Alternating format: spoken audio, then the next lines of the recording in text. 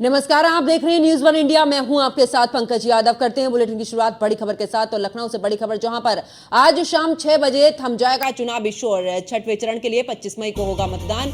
25 मई को 14 लोकसभा सीटों पर होगा मतदान। छठवें चरण के लिए आज थम जाएगा चुनावी प्रचार। सुल्तानपुर, प्रतापगढ़, फूलपुर में 25 मई को वोटिंग। इलाहाबाद, अंबेडकर नगर, श्रावस्ती में आज थम जाएगा चुनाव प्रचार। डुमरियागंज, बस्ती, संत कबीर नगर में थम जाएगा प्रचार। लालगंज, आजमगढ़, जौनपुर और इसी के साथ में प्रचार का अंतिम दिन है। और इस दौरान मछली शहर, भदोई सीट पर भी आज चुनाव का अंतिम दिन है। और शाम 6 बजे के बाद डोर टू डोर प्रचार कर सकेंगे प्रत्याशी। शाम 6 बजे के बाद जनसभा, रोड शो, रैली की अनुमति नहीं है। यानी कि कुल मिलाकर बात की जाए तो छठवें चरण के लिए आज अगर चुनाव प्रचार की बात की जाए तो आज अंतिम दिन है। और ऐसे में शाम 6 बजे के बाद से ही चुनाव प्रचार जो है वो पूरी तरीके से थम जाएगा। और इसको लेकर सभी राजनीतिक पार्टियां आज चुनाव प्रचार में जुटी हुई हैं। तो छठवें चरण के लिए आज थम जाएगा चुनावी प्रचार। और ऐसे में सुल्तानपुर, प्रतापगढ़, फूलपुर में 25 मई को वोटिंग है। इलाहाबाद, अंबेडकर नगर, श्रावस्ती में थम जाएगा चुनाव प्रचार। इसके अलावा बात करें डुमरियागंज, बस्ती,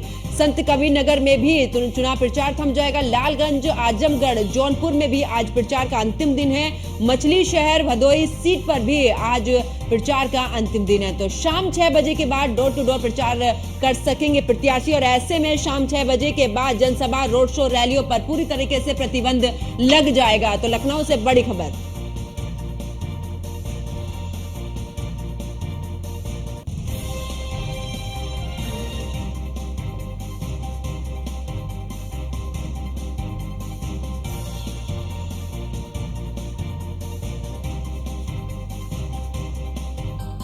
और ज्यादा जानकारी के लिए हमारी सहयोगी जौनपुर से श्रावणी पटनायक हमारे साथ में जुड़ चुकी हैं। श्रावणी, अगर बात करें तो आज अंतिम दिन है चुनाव प्रचार का। जौनपुर में किस तरीके की तैयारी और किस तरीके की हलचल वहां पर नजर आ रही है?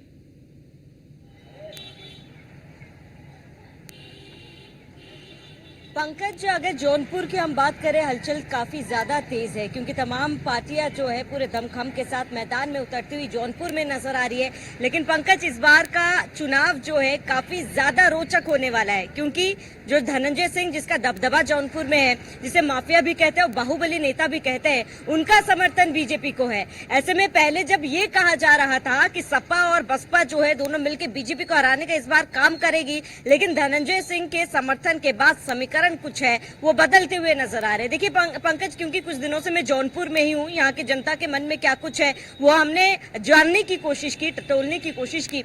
यहाँ पर अमूमन तमाम जो लोग हैं, कहीं ना कहीं अगर जौनपुर में बात करें तो राष्ट्रीय मुद्दा जो है वो स्थानीय मुद्दों पर भारी पड़ता हुआ नजर आ रहा है। अमूमन लोगों का कहना है विकास के मुद्दे पर वो वोट करेंगे, राम मंदिर के मुद्दे पर वो वोट करेंगे। लेकिन अगर जातीय समीकरण की बात की जाए जौनपुर में, कहीं ना कहीं यादवों का दबदबा है। और ऐसे में अगर हम मौजूदा सांसद की बात करें, बसपा से श्याम सिंह यादव मौजूदा सांसद है, लेकिन लोग जो है वो कहीं ना कहीं उनके नाखुश हैं। और इसके साथ ही उनका कहना है कि इस बार बसपा को कहीं ना कहीं प्रत्याशी बदलना जरूर था क्योंकि इन 5 सालों में वो काम से खुश नहीं है मौजूदा सांसद से। और वही अगर सपा प्रत्याशी के बारे में अगर हम बात करें, कुशवाहा जी को मैदान में उतारा गया है।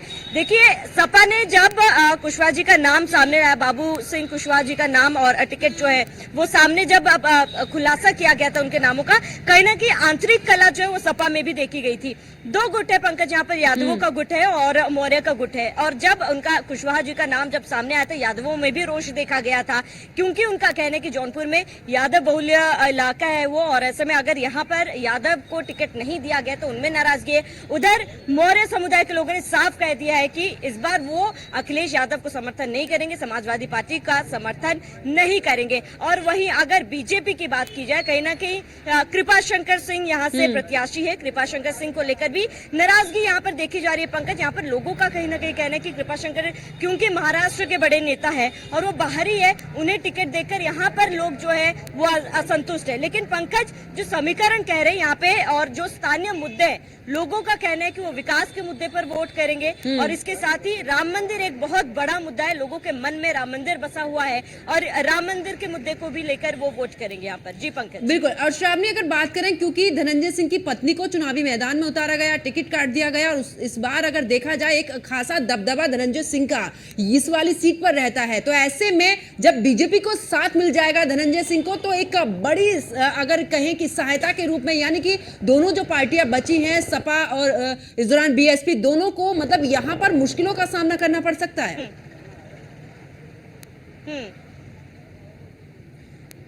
जी बिल्कुल पंकज, मुश्किलों का सामना इसीलिए भी करना पड़ सकता है क्योंकि धनंजय सिंह अपने आप में एक बहुत बड़ा नाम है।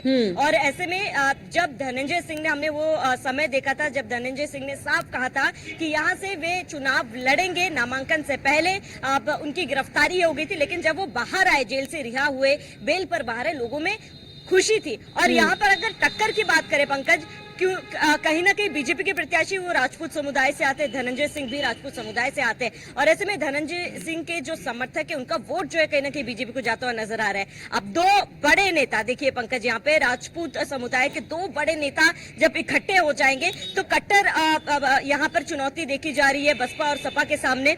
लेकिन यहाँ पर कहा यह भी जा रहा है कि लोगों में जो नाराजगी है धनंजय सिंह को लेकर, धनंजय सिंह का वोट जो है कहीं ना कहीं कटते हुए वो सपा में जाएगा। तो जाहिर सी जब एक और दो बड़े बड़े राजपूत नेता और धनंजय सिंह का नाम जब सामने आ जाता है, क्योंकि लोगों के दिलों में यहाँ पर धनंजय सिंह बसे हुए हैं, लोगों का कहना है कि उन्होंने उनके लिए बहुत काम किया है। ऐसे में जो वोट उनका है, एक तरफ बीजेपी का ये मानना है कि उनका वोट बीजेपी की तरफ जाएगा, उनके समर्थन मिलने से सियासी समीकरण जौनपुर की जो है वो बदलती हुई नजर आ रही है। लेकिन अगर इधर बात की जाए तो कहीं ना कहीं दो बड़े राजपूत नेता एक तरफ है और वहीं जो जातीय समीकरण बसपा और सपा के बीच में बैठ रही है, एक दूसरे का वोट काटने का काम यहाँ पर पंकज कर रहे हैं। बिल्कुल, और शाबनी, जिस तरीके से यादव बहुल यहाँ पर ये क्षेत्र है, ऐसे में बीएसपी की तरफ से या सपा की तरफ से या फिर ये कहे कि बीजेपी की तरफ से जातीय समीकरण को साधने की पूरी कोशिश यहाँ पर की गई है। लेकिन जानने की कोशिश करेंगे श्रावणी, क्योंकि राम मंदिर का मुद्दा उठा हुआ है और इधर के क्षेत्र की, अगर पूर्वांचल की खास करके बात की जाए तो राम मंदिर को लेकर बीजेपी पूरी तरीके से हमलावर है कि आखिरकार राम से इतना वैर क्यों है विपक्ष को, और यही वजह है कि राम मंदिर में दर्शन के लिए नहीं पहुंचे। तो श्रावणी, क्या हिंदुत्व का जो कार्ड बीजेपी खेल रही है, जो सनातन धर्म को लेकर बीजेपी आगे बढ़ रही है, लगातार चुनाव प्रचार कर रही है, ऐसे में क्या हिंदू वोटर्स जो हैं वो कटते नजर आएंगे दोनों पार्टी से?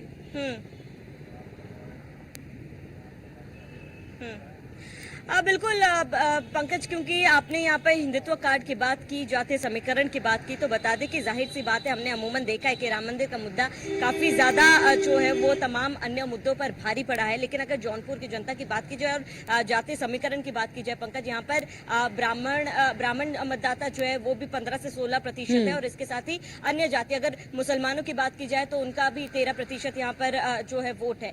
ऐसे में धनंजय सिंह को समर्थन राजपूत बिरादरी के लोग भी कर रहे हैं, ब्राह्मण बिरादरी से भी है, और धनंजय सिंह को कहीं ना कहीं मुसलमानों का भी समर्थन है। तो कहीं ना कहीं एक तरफ इन तमाम जो समीकरण बैठ रहे हैं, इनका समर्थन जब धनंजय सिंह को मिल रहा है, सीधा इसका असर जो है बीजेपी पर दिख रहा है, इसकी जो इन लोगों का समर्थन जो है बीजेपी की तरफ झुकता हुआ नजर आ रहा है। लेकिन पंकज, जैसे कि मैंने कहा कि राष्ट्रीय मुद्दा अमूमन यहाँ पर भारी है, और विपक्षियों की बात की जाए, यहाँ पर लोग जो है वो विपक्ष लगातार रोजगार को लेकर आरोप लगाते आ रहे, सवाल उठाते आ रहे, महंगाई को लेकर सवाल उठाते आ रहे।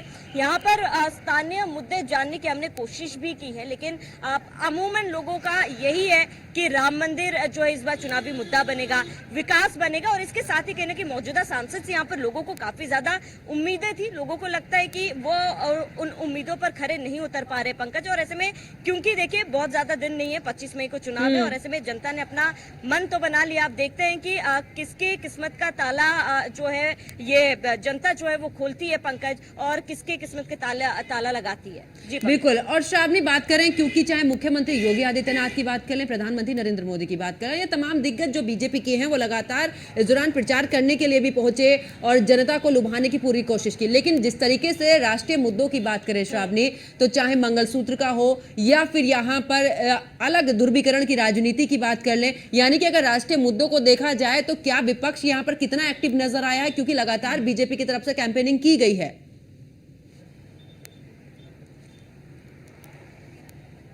बिल्कुल पंकज, बीजेपी की तरफ से धुआंधार प्रचार किया गया। केवल जौनपुर ही नहीं, आसपास के इलाकों में भी मुख्यमंत्री योगी आदित्यनाथ, प्रधानमंत्री नरेंद्र मोदी ने जनसभाएं की, लोगों के दिलों को टटोलने की कोशिश की, बीजेपी प्रत्याशी के लिए वोट मांगने की भी अपील की है। और अगर विपक्ष की बात की जाए तो आज पंकज अखिलेश यादव जौनपुर पहुंच रहे, 2 जनसभाएं, जौनपुर में एक जनसभा और मछली शहर में भी उनकी जनसभाएं, और आज क्योंकि चुनाव प्रचार थमने जा रहा है और आज विपक्ष की तरफ से अखिलेश यादव यहां पर पहुंच अपनी बात रखेंगे पंकज, लेकिन जो यहाँ पर चुनावी समीकरण अगर हम देखें तो पंकज यहाँ पर विपक्ष कहीं ना कहीं उतना एक्टिव नजर नहीं आ रहा।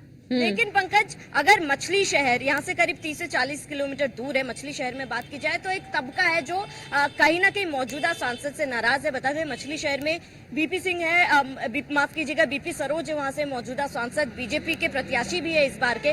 लेकिन मछली शहर के कई ऐसे गांव हैं पंकज जहां पर ये तमाम लोग जो है, ग्रामीण जो है वो नाराज है मौजूदा सांसद से। उनका ये कहना है कहीं ना कहीं भेदभाव किया जा रहा है ब्राह्मणों के साथ और तमाम अन्य समुदायों के साथ भेदभाव किया जा रहा है। और इसके साथ ही उनका ये भी कहना है कि इन 5 सालों में ना वो जनता के बीच में आए, ना उन्होंने कभी बिल्कुल। और श्रावणी, मैं वापस लौटूंगी, अभी हमारे साथ में कुछ सहयोगी भी जुड़े हैं, उनके पास में पहुंचते हैं। और आजमगढ़ से हमारे साथ में जुड़े हुए हैं। अगर बात करें आजमगढ़ की, तो क्या आजमगढ़ में किस तरीके का समीकरण नजर आ रहा है संदीप? क्योंकि अब चुनाव प्रचार का आज आखिरी दिन है, ऐसे में तमाम जो पार्टियां हैं पूरे दमखम, यानी कि आज जनता को लुभाने की कोशिश पूरी की जाएगी। क्योंकि देखिए यहाँ का जो समीकरण है हमेशा और अपनी जाति की ही बात यहाँ पे होती है। कभी भी यहाँ पे विकास की बात पे कोई अगर करता है तो उससे दूर दूर तक कोई बात नहीं करना चाहता है। हमेशा कि ये मेरी जाति की है, ये मेरी जाति की, ये मेरी पार्टी, यही लेके चलता है यहाँ हमेशा से चुनाव। लेकिन कुछ पिछले उपचुनाव में जो है ये चीजें हटी हैं, लोग विकास की बात अब करने लगे हैं, लोग अपनी जरूरतों की बात करने लगे हैं।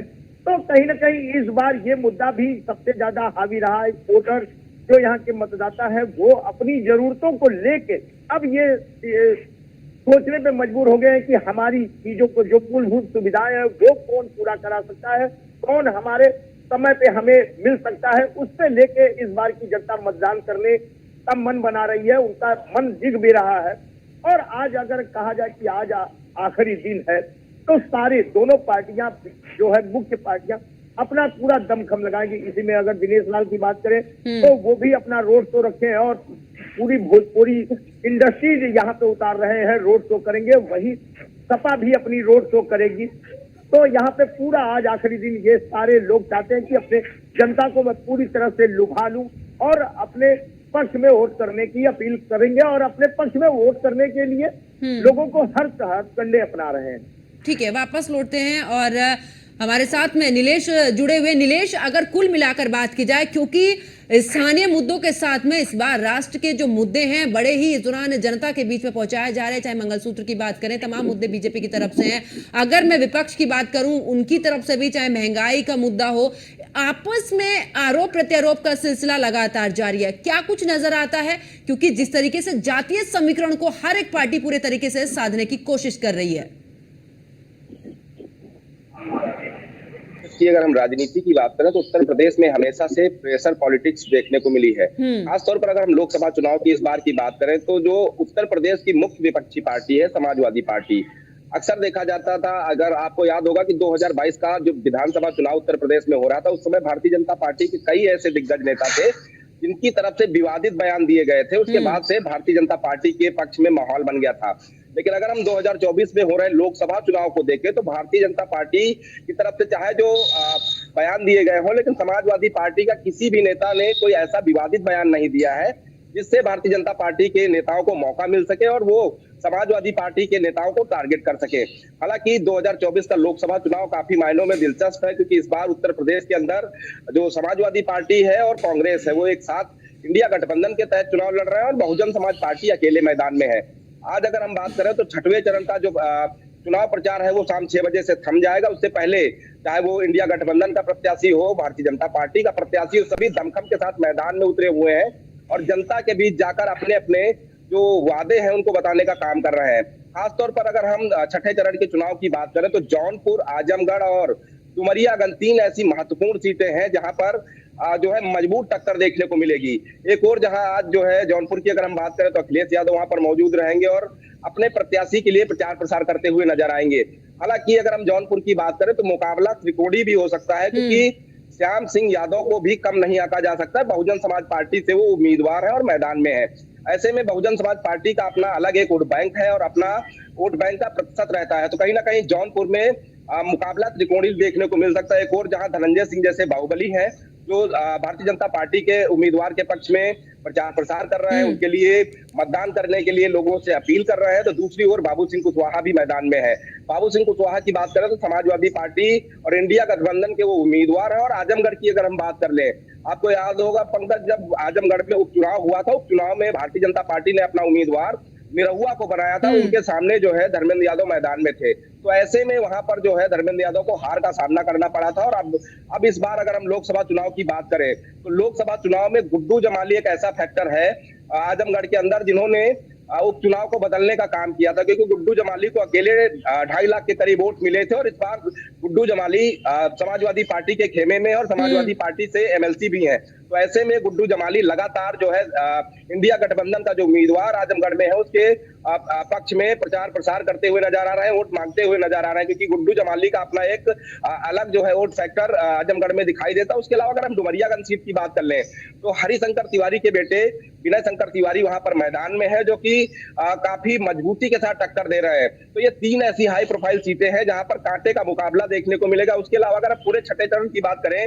भदोही श्रावस्ती की बात कर ले, तो वहां पर भी जो है तमाम मुद्दों को उठाया गया। खासतौर पर अगर पूर्वांचल की बात करें तो पूर्वांचल का युवा सुबह 4 बजे उठकर जो है भर्ती की तैयारियां करता था, चाहे वो पुलिस की भर्ती हो, आर्मी से जुड़ी हुई भर्ती हो। तो कहीं ना कहीं उनके अंदर भी एक नाराजगी है कि अग्निवीर को लेकर जो है सरकार ने एक बड़ा कदम उठाया कि अगर एक युवा सेना में भर्ती होता है और 4 से 5 साल बाद वो रिटायर हो जाएगा तो उसके बाद वो क्या करेगा। उसके अलावा एक बड़ा मुद्दा पूर्वांचल में ये भी देखने को मिल रहा है कि शिक्षक भर्ती से जुड़े हुए अभ्यर्थी, चाहे उत्तर प्रदेश की राजधानी हो, प्रयागराज हो, वाराणसी हो, लगातार उन्होंने कई सालों से अपनी मांगों को लेकर सड़कों पर उतरकर प्रदर्शन किया, बदले में उनको लाठियां ही मिली हैं। तो वो मुद्दा भी है। उसके अलावा जो है हालांकि हाँ, ग्रामीण क्षेत्रों की अगर हम बात करें तो ग्रामीण क्षेत्रों में भारतीय जनता पार्टी और उत्तर प्रदेश सरकार की तरफ से जो 5 किलो राशन गरीबों को मुहैया कराया जा रहा है वो कहीं ना कहीं फैक्टर जरूर साबित हो सकता है। उसके अलावा राम मंदिर का मुद्दा जो रहा है उसको लेकर भी भारतीय जनता पार्टी के लोग ये जनता तक पहुंचाने का काम कर रहे हैं कि उत्तर प्रदेश में अगर भारतीय जनता पार्टी की सरकार ना होती तो उत्तर प्रदेश के अंदर भव्य रामलला का मंदिर का निर्माण ना हो सकता। लेकिन तमाम इन मुद्दों के बीच में अगर पूर्वांचल की जनता की हम बात करें तो पूर्वांचल की जनता कहती है कि बेहतर शिक्षा मुहैया कराई जाए, बेहतर वातावरण हो, महिलाओं की सुरक्षा की बात की जाए, उसके अलावा जो सरकारी अस्पताल है उनकी भी व्यवस्थाओं को दुरुस्त किया जाए। ऐसी व्यवस्थाओं को दुरुस्त करने वाले व्यक्ति को ही वो अपना सांसद चुनेंगे। कहीं ना कहीं इन तमाम चीजों को अगर हम देखें तो पूर्वांचल में इस बार चुनाव काफी दिलचस्प होने वाला है। और छठे चरण का आज जो प्रचार प्रसार है वो थम जाएगा। कई दिग्गजों की किस्मत कल से ईवीएम में कैद हो जाएगी। और देखना होगा इस बार पूर्वांचल में चाहे वो इंडिया गठबंधन का उम्मीदवार हो या भारतीय जनता पार्टी का बाहुबली हो, क्या जनता उनको अपने मत का योगदान देकर चुनती है या फिर जनता वहां पर बदलाव चाहती है। फिलहाल जब चुनाव हो जाएगा और 4 तारीख बिल्कुल, ये तो 4 तारीख को ही पता चलेगा। नीलेश, वापस लौटूंगी आपके पास में और प्रतापगढ़ से मनु सिंह हमारे साथ में जुड़े हुए हैं। मनु, अगर बात करें प्रतापगढ़ में कैसी तस्वीर नजर आ रही है, क्योंकि आज चुनाव प्रचार का आखिरी दिन है। 5 बजे बाद चुनाव प्रचार शुरू हो जाएगा। वही बात की जाए जहाँ आज गृह मंत्री अमित शाह का जनसभा लगभग 4 बजे के क्षेत्र में होगा, जहाँ भाजपा प्रत्याशी गुप्ता के पक्ष में और जनसभा को संबोधित करेंगे, वही जनता को वोट की अपील भी करेंगे। वही बात की जाए जो समीकरण की बात की जाए, जहाँ आज अखिलेश यादव सपा के मुखिया है उनकी भी जनसभा है, जहाँ पर DIC ग्राउंड में जनसभा है, जहाँ आज कुछ दिग्गज प्रतापगढ़ में पहुंचेंगे, अपनी जनसभा को संबोधित करेंगे। वही बात की जाए सबसे बड़ा मुद्दा है जो कि आज जनसत्ता दल के राष्ट्रीय अध्यक्ष रघुराज प्रसाद सिंह राजा भैया है, उनके जो समर्थक है, कार्यकर्ता है, जिसको राजा भैया ने कहा कि आप जिस पार्टी में जाना हो वहां जा सकते हैं, जिसको पसंद हो उसको वोट कर सकते हैं। वही जहाँ सपा जनसत्ता दल के पदाधिकारी और कार्यकर्ता है, लगभग हजारों की संख्या में आज समाजवादी पार्टी के समर्थन में वह जनसभा में सम्मिलित होंगे, जहाँ उनके कार्यकर्ता जो है वह झंडा बैनर लेके तो सम्मिलित होंगे, वह जिंदाबाद के नारे भी लगाएंगे। तो बात की जाए जिस तरह से लगातार प्रतापगढ़ की संसद का विरोध हो रहा है, चाहे पूर्व विधायक हो, चाहे भाजपा के, चाहे पूर्व कैबिनेट मंत्री हो, वह सोशल मीडिया पर पूर्व विधायक का वीडियो भी वायरल होता विरोध करने का, उसके बाद भी जनता लगातार विरोध करे। कहीं ना कहीं बात की जाए जो ये समीकरण है उलट फिर देखा जा सकता है। बिल्कुल ठीक है मनु, बहुत बहुत शुक्रिया आप सभी सहयोगी मेरे साथ में जुड़े और तमाम जानकारी आप लोगों ने साझा की।